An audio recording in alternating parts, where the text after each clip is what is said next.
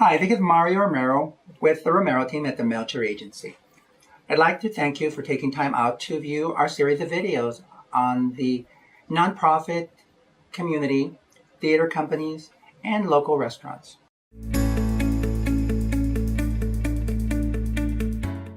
Today it's my pleasure to be speaking to Maureen Dias, Dias? and she's the artistic director for Greasepaint Youth Theatre and Stagebrush. Scottsdale Community Players. Okay, And our home is Stagebrush. all right. Tell us about yourself, your background, and this organization. Sure. I grew up in Pennsylvania. We moved to Phoenix in 1995. I have a background as an actor. I studied at Westchester State first and then the American Academy of Dramatic Arts. I came to Greasepaint in 2003 and was there for several years and then left to pursue other things, coming back in 2010. And I've been there ever since. And Greasepaint's this is our 31st season, and Scottsdale Community Players actually is the longest continuously running community theater in the Valley. They were incorporated in 1952. In Scottsdale? In Scottsdale, and they actually, when they started, they performed at where the Civic Center is now, where the City Hall is. Yes. They actually performed in a building with a metal corrugated roof. Can you imagine performing as an actor in August in a metal building with a corrugated roof? But they did. And then eventually in 1964, they built Stagebrush. Okay, so that building has been there since 64. It opened its doors in 67. Now, what made you, I understand you're an actor. Mm-hmm. Now you're an artistic director.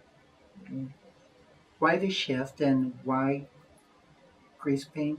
Well, I love Greasepaint. I love kids and I love theater. So between Greasepaint and theater and kids, I've got my three favorite things. Why don't you tell us about the theater company?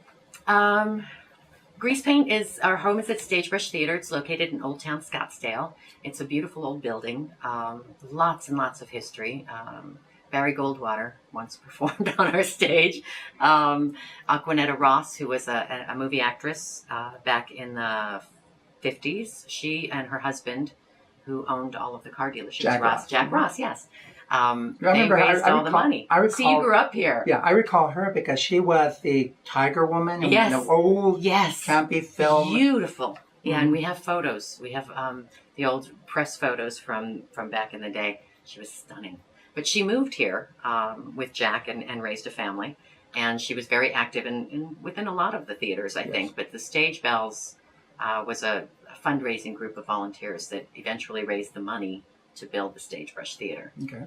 Yeah, so she's a big part of the history as well. Dale Wasserman, the playwright for Man of La Mancha and One Flew Over the Cuckoo's Nest. His widow lives in Paradise Valley, and when Dale was alive, he workshopped many of his scripts at the Stagebrush. So lots and lots of people, and probably anybody working as a professional artist in the Valley, if they grew up here, they went across that stage at some point in their life. I think you said that you went across that stage maybe, or you've only been there as an audience member. Audience member. Okay. I am not an actor. So what is the mission for Greasepaint? What do you do?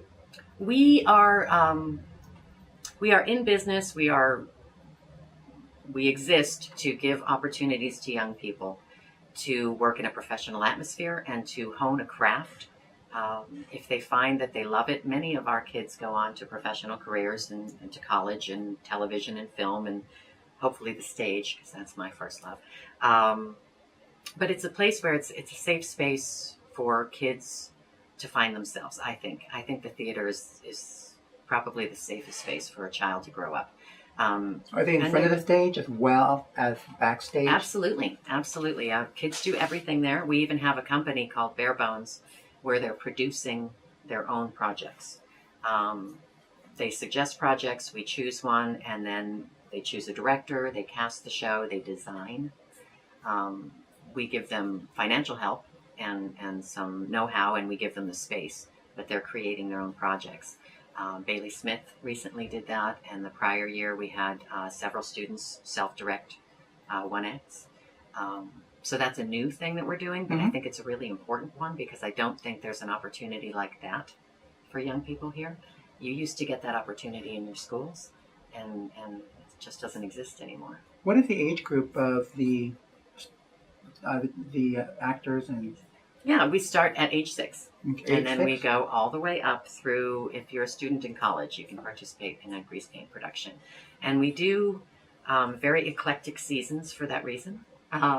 We do Disney shows for our younger actors and family-friendly shows with SCP where we can have adult actors included. And then we do some really challenging, maybe considered edgy shows for our teenagers. Sondheim, which is, amazing. In the past, I think we were the first theater to produce Rent with young people. Back when D. Scott Withers was running the theater, he directed that. We've done Heathers, Sweeney Todd, Into the Woods, lots of those shows that are really musically challenging and artistically challenging. And the more kids who get the opportunity to do those things, I think the more growth they'll have. When I was a child, we had nothing like what this valley has. I mean, it's remarkable. And it's not just grease paint. Grease paint, obviously, is my favorite. But we have Spotlight Youth Theatre in the West Valley, Kenny Grossman, who's doing amazing things with young people there. You've got Valley Youth Theatre, downtown Phoenix. You've got Desert Stages. You've got just so many more opportunities than were ever presented to me where I grew up. And the kids are savvy. There used to be you were a grease paint kid or you were a Desert Stages kid, and now I think they're theater kids. And so they go from theater to theater to theater like the vagabonds that artists are, because they want to work with a specific director or a specific music director, or they want to get to be on a certain stage, or they want to do a show that they can't do anywhere else. And I think that's valuable.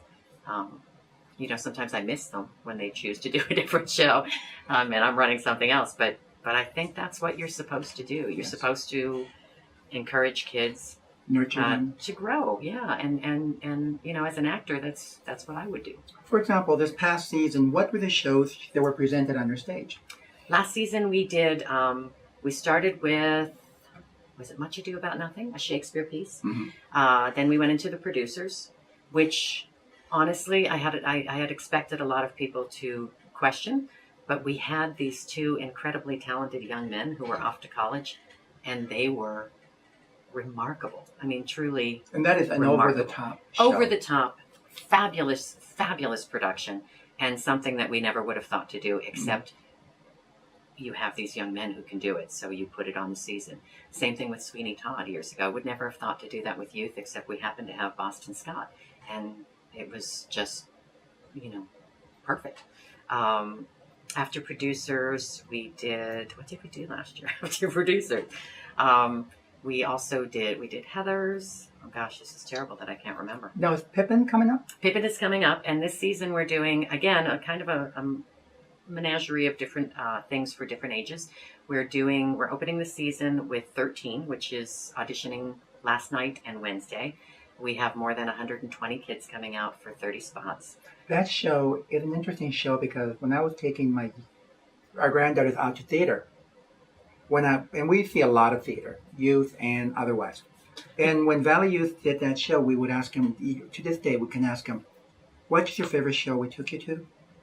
And 13 was one of them. You know why? Because it's their life. It's so relatable. And it's a great show. Jason Robert Brown, the music's fabulous.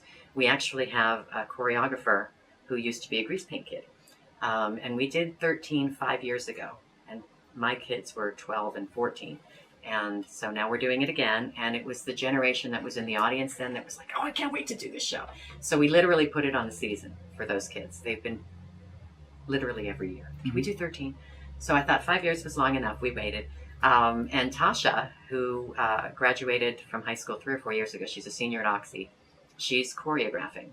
And it's some of the best choreography we've ever had on our stage. And I think that's cool, too. All of that, coming around full circle and hiring kids that grew up on your stage is very cool. Well, Maureen, thank you for spending time with us. You're so welcome. Thank you. Can you give us the address, phone number, your website, and how people can get a hold of you? Absolutely. Greasepaint and Scottsdale Community Players perform at Stagebrush Theatre. It's located in Old Town Scottsdale, 7020 East 2nd Street. And you can't miss it. Big old theater. Our website is www.greasepaint.org, and our phone number is 480-949-7529. Thank you very much. Thank you. I appreciate it. If you have any questions about this organization, how to get a hold of them, give me a call at 602-252-4191.